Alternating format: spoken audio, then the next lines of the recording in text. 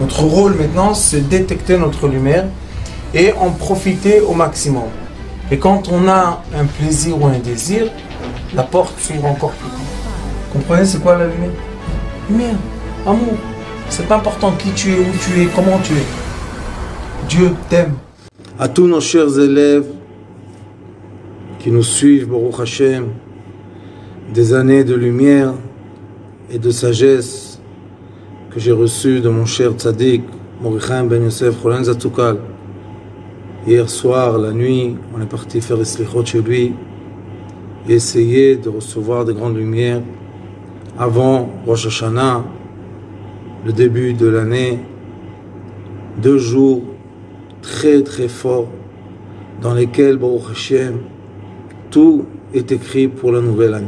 Que le message dans lequel on parle dernièrement, les sorcelleries, les malédictions, on fait avant Rosh Hashanah une prière, j'espère que je vais vous l'enregistrer, ça s'appelle la Tarat Klalot.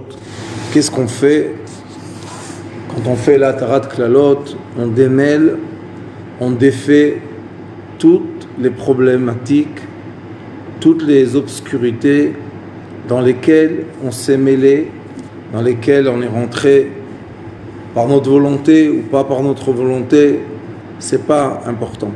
Le plus important, c'est de savoir que notre cerveau fonctionne comme un ordinateur. Cela veut dire que le programme qu'on va intégrer dans notre cerveau sera la façon dans laquelle notre cerveau marche. La même chose, nous avons un programme qu'on doit intégrer dans notre foi, c'est comment notre corps physique marche. Et il y a un programme qu'on doit intégrer dans notre cœur, c'est comment fonctionnent les sentiments. Si on n'a pas la possibilité d'intégrer, ça veut dire de faire rentrer, je dirais presque par force, au début au moins, des certaines évidences qui existent autour de nous, la preuve qu'il y a des gens qui vivent avec certains programmes, et les programmes dans lesquels ils vivent leur donnent leur qualité de vie. Et il y a d'autres personnes autour de nous que malheureusement, malheureusement, leur faute, pas leur faute, c'est même pas le sujet, mais malheureusement sont tombés dans des programmes problématiques. Ça veut dire que dès qu'une personne arrête de raisonner et voir le résultat de son raisonnement autour d'elle en amour et en paix, il y a un problème dans le programme. Et oui, chacun de nous, toute la vie, on va avoir des épreuves qui vont mettre en évidence ou en réalité ou en vérité le programme qu'on a intégré. Est-ce que oui, j'ai vraiment intégré ou bien non, je n'ai pas intégré? Et comment je sais est-ce que j'ai intégré ou pas mon programme, le vrai programme divin, le programme de la vérité, de l'amour, du bien, de la paix, toutes les bonnes midotes? Comment je sais est-ce que j'ai intégré ou pas? Quand vient en face de moi une épreuve. Et toujours les épreuves viennent. Elles ne nous laisseront jamais tranquilles parce que c'est le monde de l'épreuve. Et comme on est dans le monde de l'épreuve, ce que veut faire le mauvais penchant ou toutes les forces du mal qu'on connaît ou qu'on ne connaît pas, c'est tout simplement nous faire entrer dans d'être désespérés de la possibilité que notre programme qu'on a intégré puisse passer à travers le temps et les épreuves qu'il y a dans le temps et voir dans chaque épreuve la lumière qu'il y a dedans, parce que l'une épreuve c'est comme le diamant brut. Si tu travailles tes midotes au moment de l'épreuve, tu tailles le diamant et il reçoit de la valeur. Mais si tu ne travailles pas tes midotes pendant que l'épreuve vient, eh bien malheureusement le diamant brut reçoit encore une couche et encore une couche et encore une couche, jusqu'à un jour malheureusement les gens n'arrivent plus à voir qu'ils ont un diamant. Qui est le diamant? Nous sommes le diamant. Nous, notre âme divine, qui est la lumière de l'infini, qui nous traverse le corps par la fontanelle et qui nourrit tout le corps et toutes les cellules, cette âme divine peut être malheureusement voilée. Il y a un voile qu'on met dessus, et le voile, c'est quand on a une épreuve et malheureusement, au lieu de passer l'épreuve, on se bat avec l'épreuve et les couches de la voile deviennent épaisses, de plus en plus épaisses, jusqu'à qu'un jour, malheureusement, on perd l'âme. C'est pas une blague. On perd vraiment la connexion divine, malgré que l'âme est là. Il y a beaucoup d'années de cela, quand j'ai eu la chance d'être dans une épreuve d'argent, une épreuve de beaucoup d'argent. Beaucoup d'argent. Alors je suis venu à la maison, j'ai dit à ma femme, ou l'argent sans âme, parce que je vais perdre mon âme dans cette guerre bête de l'argent, ou mon âme, mais je dois laisser tout l'argent derrière, me battre sur rien du tout, perdre tout. Et je ne peux pas vous expliquer parce que ce n'est pas intéressant, mais quand je dis tout, j'ai tout perdu. Comptoir à zéro. À 0. Ma femme, la tzadika, elle m'a dit, la rabbinite, elle m'a dit, je ne me suis pas marié pour l'argent, puisque quand je me suis marié avec toi, tu étais jeune, il n'y avait pas d'argent. Je me suis marié pour ton âme. Donc, je veux ton âme, je ne veux pas l'argent. Bon, Rachel, j'ai tout laissé. Aucune guerre, aucune bataille, aucun procès, rien. 0 à 0. Et bien, bon, Rachel, tout perdre. Mais est-ce que j'ai tout perdu ou est-ce que j'ai tout gagné? Ça, c'est une grande question. Et chaque fois qu'une grande épreuve vient, c'est parce que il y a une grande pierre en toi, un grand diamant en toi qui doit être taillé. Si tu ne veux pas tailler ton diamant et tu veux rester un diamant brut que personne ne lui donne de la valeur, tu as le droit. Mais sache que personne donne de la valeur à une pierre de diamant brut parce que les gens ne savent même pas que c'est un diamant. Après qu'on taille le diamant et on le monte sur un bijou, ah, là les gens, bon, Hachem, ils donnent beaucoup de valeur au bijou avec le diamant.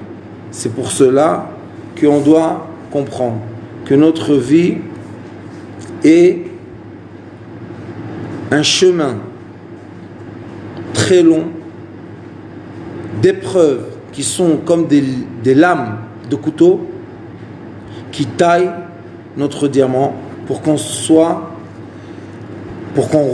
rentre après les 120 ans qu'on va vivre, ou chacun ses années, qu'on rendre à Dieu l'âme, le diamant, on va le rendre bien beau, bien taillé, un grand diamant, et on va le mettre dans la couronne divine, ou bien on peut aussi dire qu'on va rendre une pierre du temple, du troisième temple, qui va être construit de lumière et d'épreuves du peuple. Et les épreuves sont toujours, elles touchent toujours nos midot. C'est pour cela que la sorcellerie, et j'étais victime, c'est comme ça qu'on dit en français, mais je ne pense pas que j'étais victime, des années malheureusement, jalousie, et les gens ils ont fait des choses affreuses. Mais toujours j'ai dit à mes fidèles, Baruch Hashem, Morichaim, mon maître, nous a enseigné l'outil. Pendant qu'il était en vie, 8 ans, j'étais à ses côtés, 8 ans, il a taillé l'outil qui fait quoi? Qu'on est capable de s'annuler. Quand l'épreuve vient, on s'annule à zéro. Vient la sorcellerie, on s'annule. Vient les problèmes physiques, on s'annule. Tout le temps, on s'annule.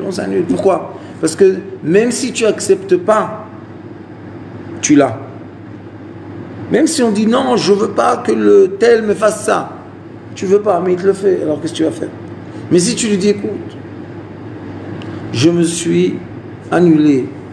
Qu'est-ce que tu veux? Prends. Qu'est-ce que tu veux? Faire du mal? Fais du mal. Qu'est-ce qu'il y a?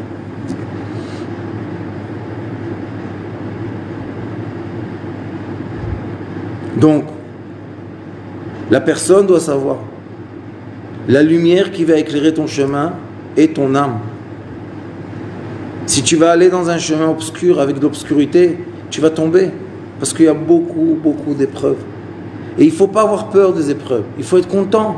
Parce que l'épreuve veut dire que la dernière épreuve que tu as eue, tu l'as bien passée, et maintenant on peut te donner une nouvelle épreuve. Ça veut dire que même quand on taille un diamant, on taille le diamant, celui qui taille le diamant, il regarde. Chaque fois qu'il taille quelque chose, il revoit le diamant. Si le diamant est beau, il va continuer à tailler pour l'emmener à la perfection qu'on peut, mais on ne peut pas être parfait.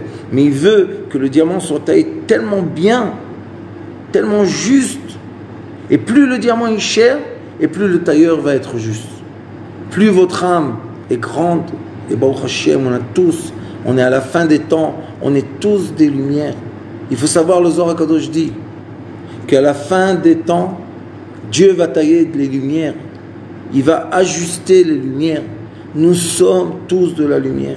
Il faut arrêter de penser qu'on est coupable et qu'on est fautif. Non, c'est vrai qu'on a tous des épreuves. Mais les épreuves aujourd'hui sont des épreuves de lumière. Regardez les gens autour de vous. Presque tout le monde a des voitures. Tout le monde a de la richesse, c'est dans les rues. C'est même pas un problème. C'est plus le problème. Il y a du manger partout. C'est pas comme avant. Avant, sachez que les gens, pour avoir un bout de pain, ils devaient se battre pour un bout de pain, pour nourrir leurs enfants. À un point que la halakha dit que si quelqu'un a volé du manger dans le marché pour nourrir ses enfants, c'est pas un vol, c'est une survie. Donc aujourd'hui, on ne parle plus de ça. Si tu n'as pas, les gens vont te donner, parce que il y a de l'abondance partout. L'abondance matérielle est partout. Le monde artificiel a rempli, a dévoilé toute l'abondance matérielle possible. Donc, quelles sont les épreuves? Quelles sont les épreuves? Les épreuves aujourd'hui sont les vraies épreuves. Les lumières, l'épreuve dans la lumière, l'épreuve de ton âme, la preuve que les gens disent. Quand ils souffrent, ils disent « Mon âme, je parle avec mon âme ». Qu'est-ce qu'il y a? Avant, les gens, ils ne parlaient pas de ça. Pourquoi? Parce que leur épreuve était vraiment le manger, vraiment la nourriture, vraiment l'habit. Vous savez, il n'y a pas beaucoup d'années de cela, les gens, pour avoir un habit, une chemise, ils peuvent avoir une chemise toute leur vie, la même chemise.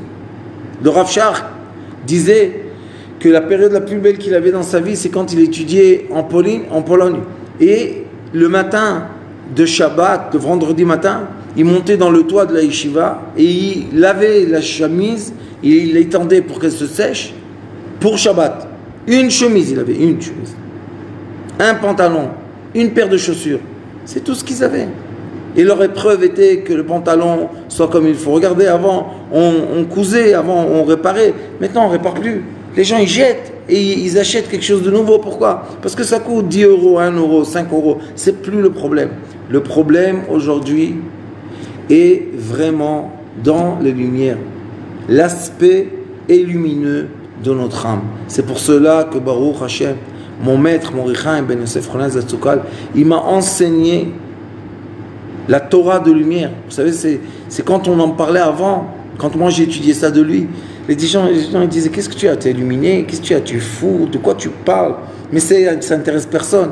Et aujourd'hui, Baruch Hashem, on voit que plus le temps avance, plus les forces électromagnétiques artificielles deviennent puissantes, et plus les gens ont l'envie, le désir et l'attirance vers les lumières, la compréhension de leur âme.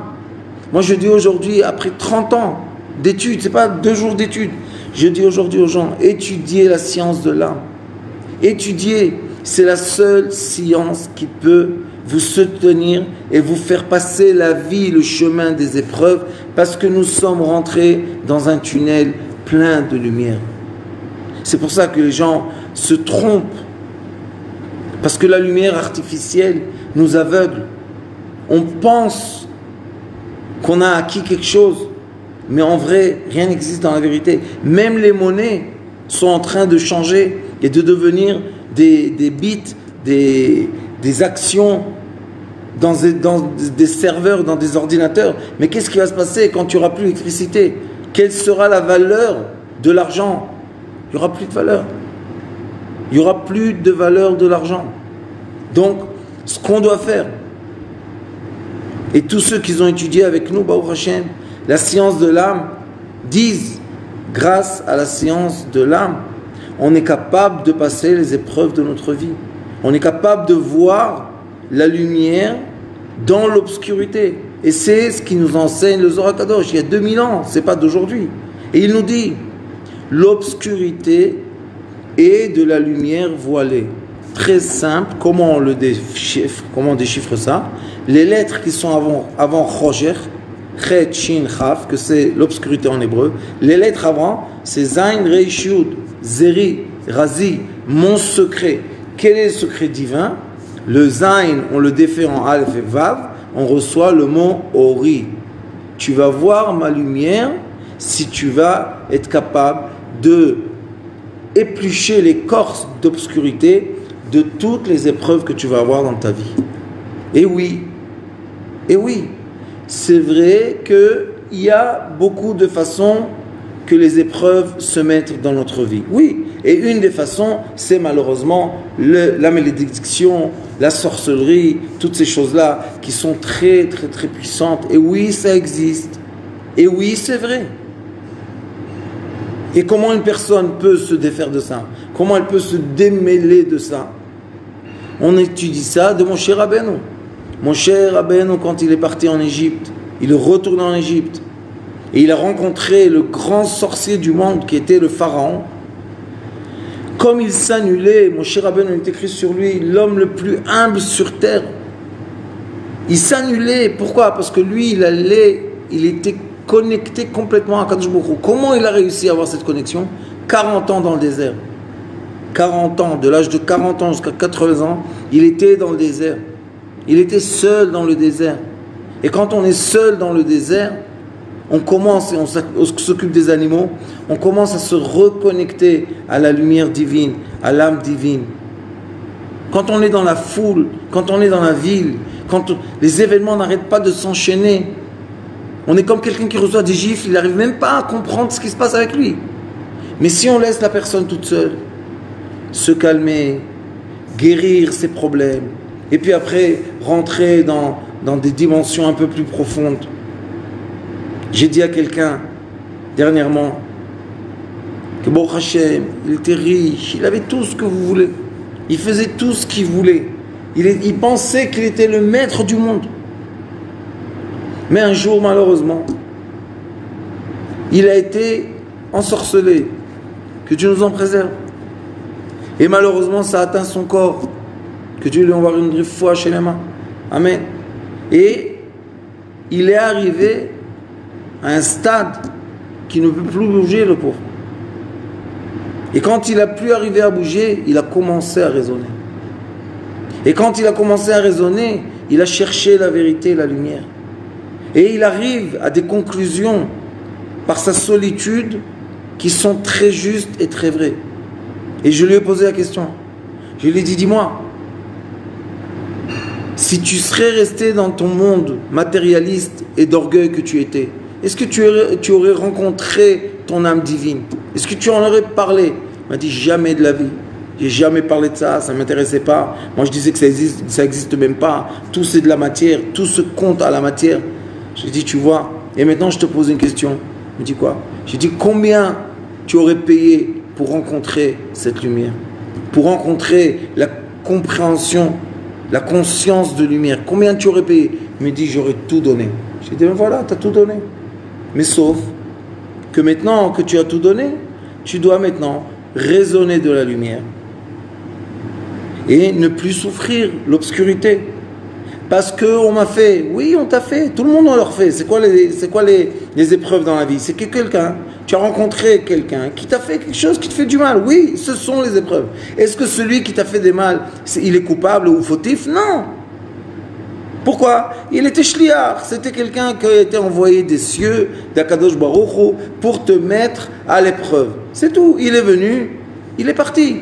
Sauf que si toi, tu te bats avec lui parce que tu penses que lui c'est la raison de tes épreuves, alors malheureusement, il va rester dans ta sphère temporelle. Mais si tu le laisses, tu dis allez, envoie-toi, bye bye, j'ai plus rien avec toi, je pense plus à toi, je raisonne plus avec toi, j'ai plus rien avec toi. Qu'est-ce que j'ai? J'ai maintenant l'épreuve. Et je dois m'annuler, écoutez bien ce que je vous dis, pour que le couteau du tailleur passe facilement. Parce qu'il va passer. Il va te tailler. Tu es un grand diamant. N'est aucun doute sur ça. Sauf que si tu te bats, ça fait beaucoup plus mal. Et c'est pour ça que un des outils que je peux vous donner, et Baruch Hashem, j'ai eu la chance que mon maître, Baruch Hashem, m'a fait passer par des épreuves comme les gens ont de sorcellerie et de malédiction, etc. Pourquoi il faisait ça? Il m'a dit, tant que tu vas pas le vivre, tu ne pourras pas comprendre la souffrance des autres.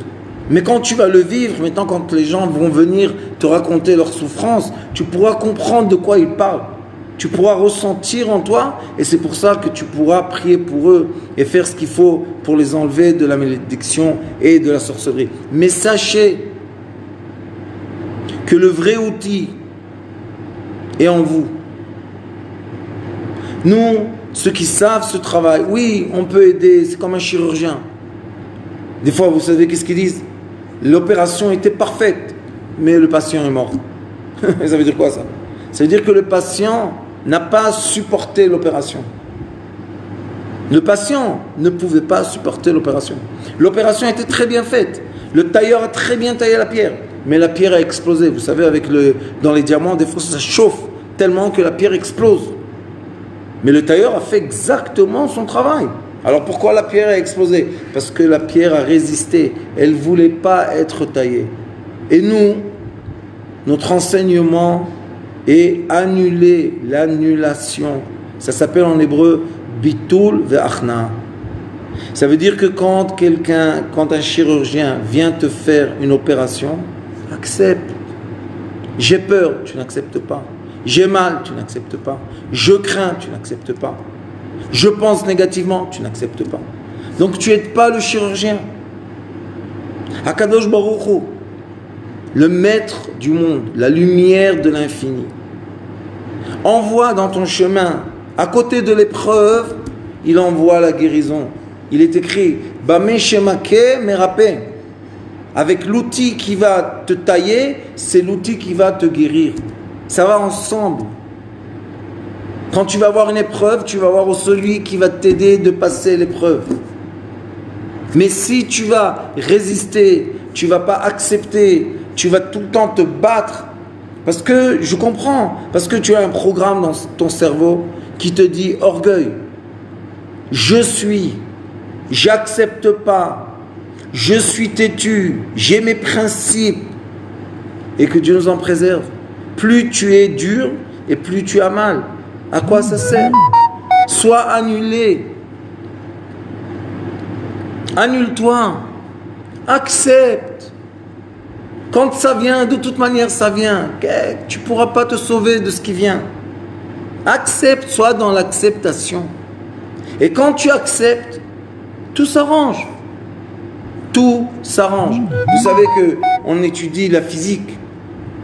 Quand on est dans la physique, on sait que plus il y a de la résistance, plus ça chauffe. Ça chauffe. Et ça chauffe à un tel point que ça détruit.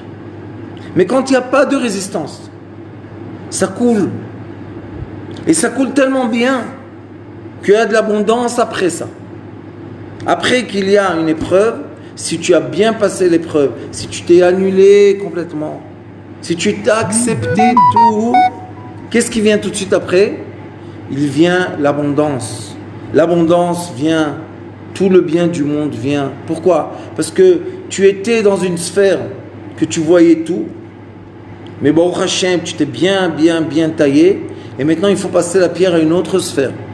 Et comme elle n'a pas la taille de passer, donc on la taille, on taille la pierre, le diamant, on le taille, et on veut le faire passer dans une autre sphère. Mais quand tu arrives dans l'autre sphère, dis le nom, tu es aveugle. Tu ne comprends rien, tu entends rien, tu ne sens rien. Tu es complètement aveugle. Et maintenant, tu dois refaire le travail. Sauf que cette fois-ci, quand tu fais le travail, ton diamant est beaucoup plus beau. Ton diamant est beaucoup plus prêt. Ton diamant est beaucoup plus taillé. C'est plus le brut, comme tu es né, brut, plein d'écorce. Mais si tu te bats, tu remets sur le diamant des écorces. Mais tu dois passer le tunnel. C'est la vie. On est obligé de passer par des épreuves. Et ce tunnel-là d'épreuves, on ne peut pas l'éviter. On ne peut pas dire non, je ne veux pas. Parce que quand ça vient, ça vient. Maintenant, qu'est-ce que je dois faire? Je dois regarder l'épreuve et commencer à travailler en moi profondément l'acceptation du message de l'épreuve. Non, je ne suis pas celui qu'on dit. Si on te le dit, tu as en toi ce qu'on te dit. Non, j'accepte pas. On oublie que le monde qui nous entoure, le monde qu'on arrive à voir, c'est la projection de notre cerveau. C'est la projection du programme. Si quelqu'un te dit tu as volé, ça veut dire que tu as en toi un grain de vol. Mais non, j'ai jamais volé. Peut-être tu n'as jamais volé.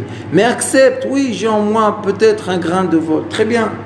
Dès que j'ai accepté, Baruch Hashem, on m'a taillé, on a enlevé une écorce. Mais quand j'accepte pas ce qu'on me dit, ça veut dire que je me bats avec qui? Avec mon propre programme. C'est le pire des choses. Quand le programme se dérègle en lui, vous savez, ça s'appelle bug dans les ordinateurs. Pour retrouver pourquoi le programme se bat, ça prend des fois des mois et des mois. Des fois, c'est moins cher de reformater tout l'ordinateur à nouveau et lui mettre un nouveau programme. C'est exactement ce qu'on doit faire. On doit s'annuler, se reformater pour accepter ce qu'on pense qui est inacceptable. Vous savez, les gens, malheureusement, des fois, il y a le décès d'un proche.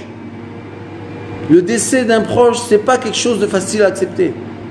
Mais si tu n'acceptes pas qu'il est parti, tu le fais, tu l'idolâtres, tu n'arrêtes pas de mettre des photos partout, de l'idolâtrer, tu n'acceptes pas qu'il est parti.